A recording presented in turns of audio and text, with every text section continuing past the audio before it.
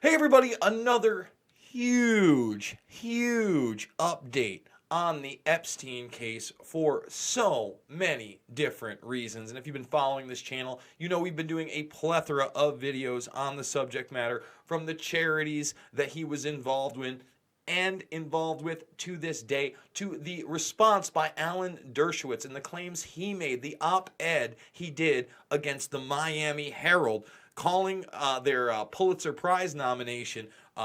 He went after him. He's been gunning for them as much as he's been gunning for his main accuser. But today, we have brand new allegations I was totally unaware of. And again, the Miami Herald is at the forefront of this. Now, I will be honest, it is a 28-page lawsuit here. And they actually have the entire lawsuit filed. So I have not read it. I do need to read that right there. That's the Virginia Guthrie claims. Now, if you don't know about her claims, Dershowitz is calling her a flat-out liar. But there are so many things important in this new case, because the woman who's accusing Epstein and also making note that Dershowitz has not been honest in his statement. So in other words, she's not claiming that she had anything to do with Dershowitz when she was underage, but she does believe Guthrie and has evidence that really contradicts a lot of what Dershowitz has been saying, his locations and whatnot. And to me, we're going to read some of this.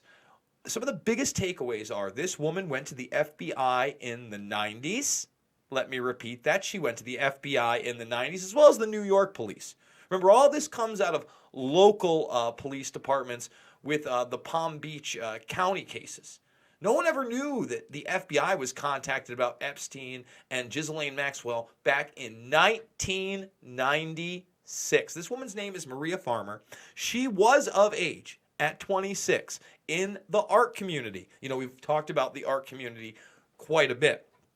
She also alleges that Epstein took her then 15-year-old sister, okay? And we'll get into the sexual allegations against Maxwell and Epstein directly with Farmer. But the 15-year-old sister was apparently touched inappropriately at a movie theater in her presence. And then, you know, Epstein wanted to take care of her, wanted to educate her. Remember, all these different charities to universities and different education institutes, always just trying to help. Really wants to help with this girl's education. So sent her to Thailand after an incident that you'll have to read about in there. But let's just say that Maxwell and Epstein both did inappropriate things with this girl. So let's read some of the articles so you can get down to the nitty-gritty. Also, what I found interesting is that Vanity Fair, I believe in a 2002 piece, interviewed this woman, Maria Farmer, but then scrapped her from the interview. There's always the chance of poisoning the well, but if this is the first case in which the FBI was contacted about his behavior, where this intertwines directly with Dershowitz towards the end, and what Dershowitz has been saying, that this was false, and that the charges against him with Guthrie were orchestrated by her lawyers for a payout in conjunction with allegations against the owner of Victoria's Secret. Now, if you want to get into all that, I mean, this is almost a rebuttal piece by the Miami Herald on top of these new revelations. So let's just jump right into it. Again, what people don't understand is not all of these girls were underage. Some of these women were definitely in their 20s. And then later, if they kind of went along with it, they would be used to procure younger girls. And it seems like this woman was targeted not only because of her, because she is assaulted, and her assault is crazy, just the whole thing. Remember, she reported this to the New York State Police Department and the FBI. So let's just get to reading, shall we? A new victim has gone public in the Jeffrey Epstein case following a sworn affidavit in federal court in New York Tuesday. That was today, folks. Brand new. Saying that she was sexually assaulted and her then 15-year-old sister molested by Epstein and his companion, Ghislaine Maxwell, in 1996. Okay? Maria Farmer, then 26, claims that she was employed by Epstein, a multimillionaire financier who lived in a vast mansion in New York's Upper East Side.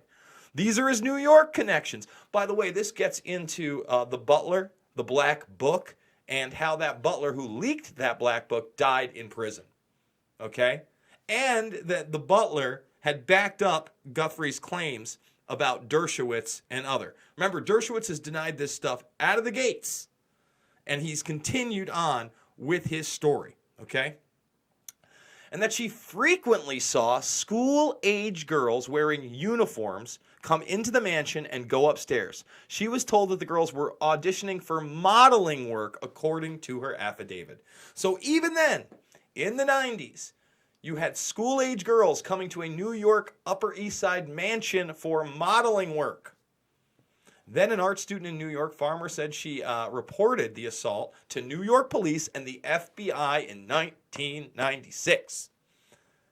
In 1996, as far as I know, these are the first ever allegations of any kind that law enforcement, especially the FBI, was contacted about this man, all the way back in the 90s. You know who still had a relationship with Epstein in the 90s? And I'm not trying to, put this person as a child abuser or anything else, but they certainly did have a relationship with him in the 90s, and that would be Donald Trump. And I know that makes people feel uncomfortable, but just think about the circles this guy ran in, okay?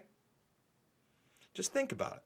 FBI documents released April 1st make a reference to Farmer having been interviewed in 2006 or 2007.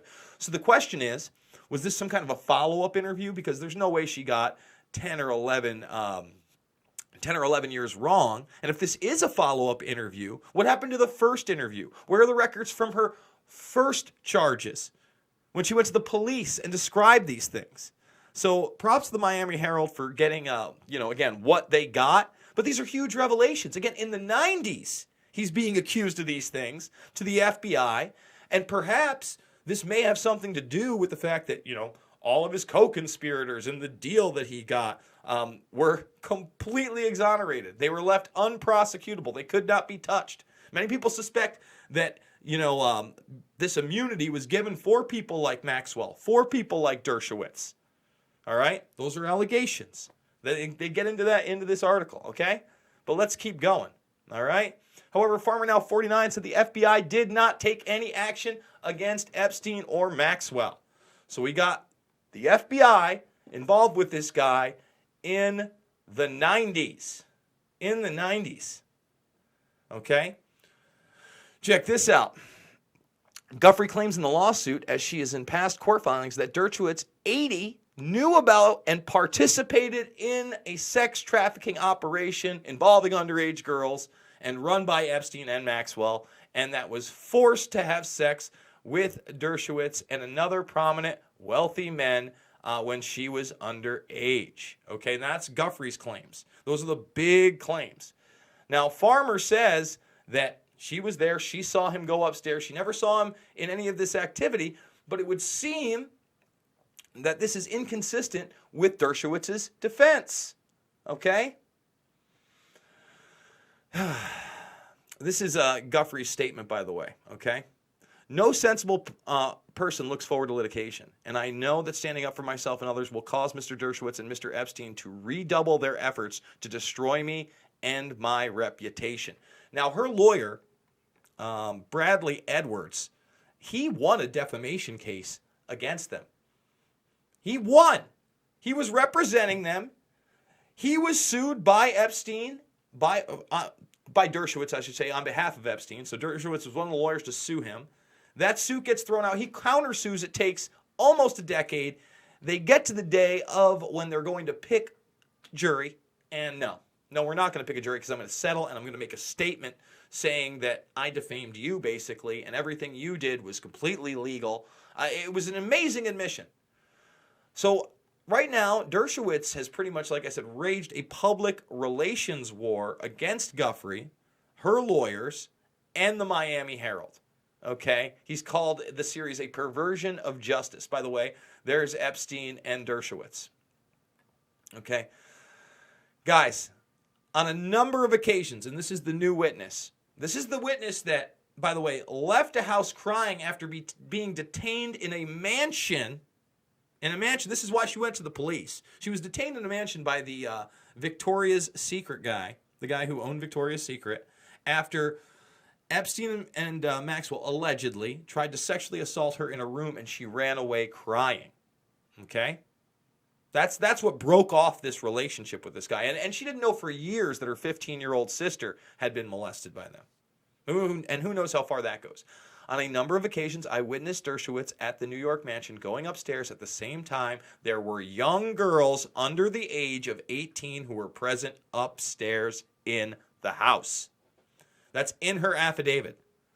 Dershowitz said that he would have been impossible because he did not meet Epstein until August 1996 on Martha's Vineyard. I was never upstairs in Jeffrey Epstein's apartment. Never, ever. This is the typical of the complaints in this case. I would have not felt comfortable going upstairs because I didn't know Epstein well then. All right. Now, there are other people. Another woman, Sarah Ransom.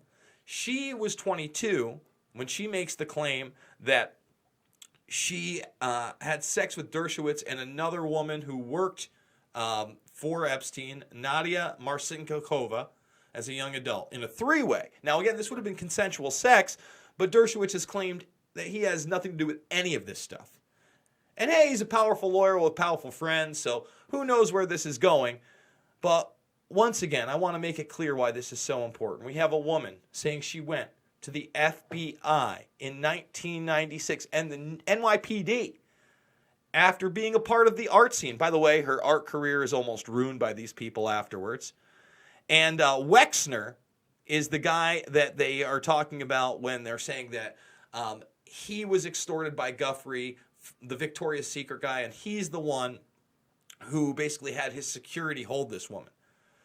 So, I mean, apparently she wasn't allowed to leave this $47 million 30-room estate for almost 12 hours until her, because the security staff, Wexner's security staff, would not let her go until her father came to get her. She was allowed to leave with her father. So, again, more horrifying revelations in this case. It's good to see that more people are actually coming forward, but it doesn't make me feel good to know that the FBI was contacted about this man and this woman in 1996, long before the Palm Beach allegations. Absolutely nothing was done. And we're all sitting here acting like, you know, this is a small thing and, oh, I guess this is just the way the world works. No, it's not the way the world should work. People like him need to be prosecuted. We have to know what kind of a deal he made with the FBI in the first place. Was this the beginning of him becoming an informant? Or is it later on when we see these vault docs that he becomes an informant? If he was an informant for what and on whom? Because it doesn't seem like he was there in the Bear Stearns case. Did he help in other trafficking cases? Could there be bigger trafficking cases than the Epstein case? I mean, how low on the totem pole is this guy? Who's he really working for? That's the real question. A lot of people talk about this being a possible large honeypot extortion operation, which is very possible. If you've seen some of my work from this week, we talked about those San Francisco hotels and New York hotels set up by the CIA during the MK Ultra period to be used as places where they could find out state secrets and manipulate people. So is this an intelligence operation? I don't know for sure, but it is extremely disturbing the more and more this stuff comes out. Guys, if you're not following me on Twitter, please do. It's at Jason Burmis. You can see it behind me. I try to post as much of my work as possible, including a lot of the videos that I do for We Are Change with Luke Rudowski on a daily basis. We do, I believe, 4 videos a day. That's right, folks.